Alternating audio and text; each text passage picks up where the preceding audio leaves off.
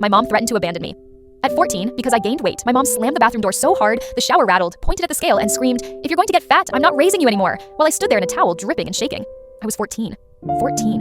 And she said it loud enough that my little brother started crying in the hallway. I didn't even say anything. I just stared at her through the steam, wishing the tiles would swallow me. She kept going. Do you know how embarrassing this is for me? I didn't raise a pig.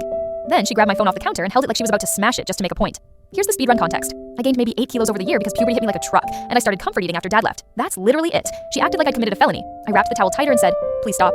She scoffed. "No, you need consequences." And then she said the sentence that still rings in my skull. I swear to God, if you go 1 gram over 70 kilos, I'm sending you to live with your father, or a boarding school, or anywhere that's not here. I laughed, because what else do you do when your mom threatens to deport you to your father's 1-bedroom apartment over a number on a scale? She snapped. You think this is funny? Fine. She yanked my bedroom door open and started pulling clothes out of my drawers, throwing them into a garbage bag.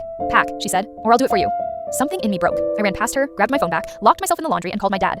"Can I live with you?" I whispered. I heard silence, then a sigh. "What did your mother do now?" Before I could finish, she started pounding on the laundry door. "If you call him, you can go, right now." Dad said, "I'm coming." Mom was still screaming when the doorbell rang 10 minutes later. Dad walked in like he already knew exactly how this would go. My mom crossed her arms. She gained weight and refuses to take accountability. Dad blinked. "She's 14. Mom snapped. "She's manipulative. She hides food. She binges. I found wrappers in her room." "Yeah, because I didn't want you taking photos of my stomach again, Karen." Dad looked at me. "Do you want to come with me tonight?" Mom laughed like she'd won. "Great. Take her. She won't last a week. She needs structure." I grabbed my school bag and a jumper. Mom stood in the doorway and said quietly to me, "Don't cry to me when he gets tired of you too." Cut to Dad's place. His girlfriend Mia made me pasta and told me I didn't have to weigh myself ever again unless I wanted to. She gave me a spare blanket and let me sleep on the couch. The whole night, I waited for Mom to call and demand I come back. She didn't. In fact, she didn't call the next day either.